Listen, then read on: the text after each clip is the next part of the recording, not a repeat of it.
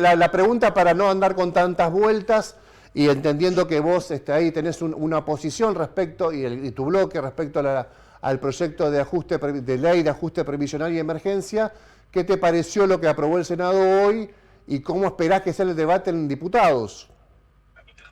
Bueno, la verdad que el Senado logró introducir algunas pequeñas modificaciones, no muchas, particularmente con respecto al régimen docente, que habían quedado totalmente excluidos los docentes de nivel secundario y de nivel superior, con más de 30 horas cátedra, que pudieran iniciar el proceso de jubilación a los 57 años. Bueno, esa fue la modificación que se introdujo, nada más, pero por otro lado siguen vigentes los descuentos a pasivos, esto que le llaman fondo solidario, que realmente es vergonzoso que sean los propios jubilados los que tengan que pagar el déficit de la caja previsional después que aportaron toda la vida y que trabajaron toda la vida, ¿no?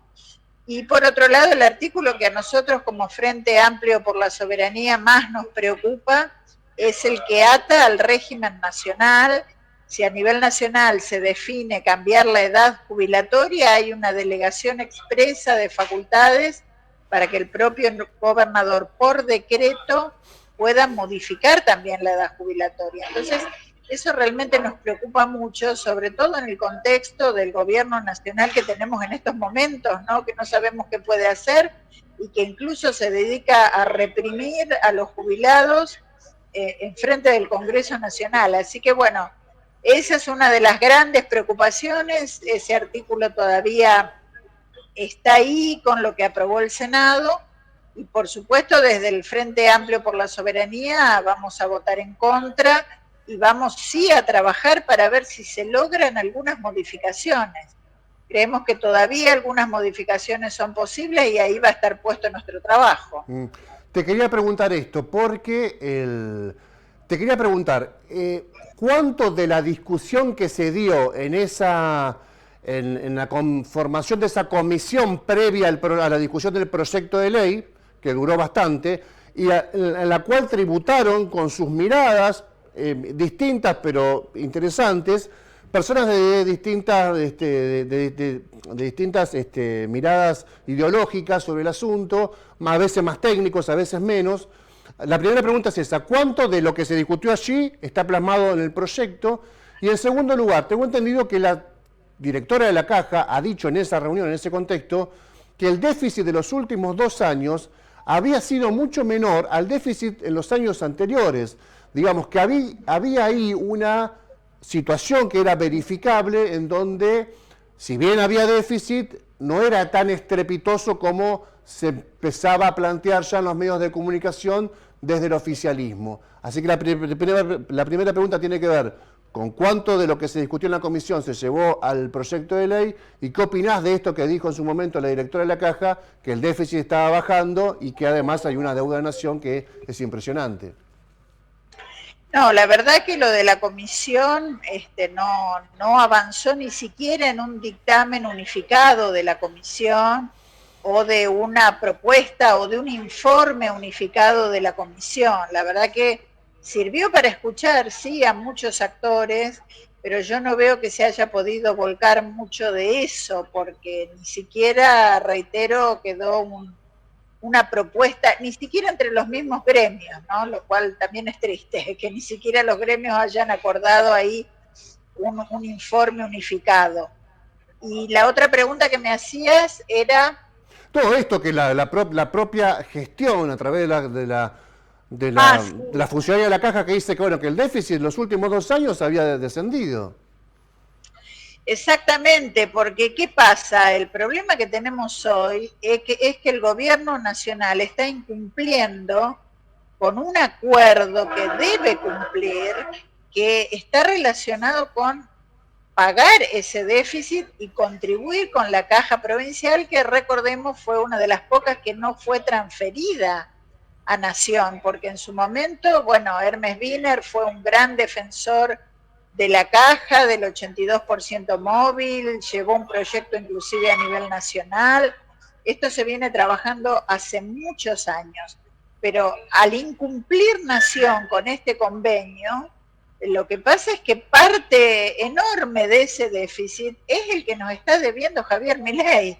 Entonces ahí hay que poner el foco, ahí hay que reclamar con toda la fuerza y con todo el ímpetu y no sacarle del bolsillo a los trabajadores porque se incrementa el aporte personal de los trabajadores, ni tampoco a los jubilados, como decíamos antes.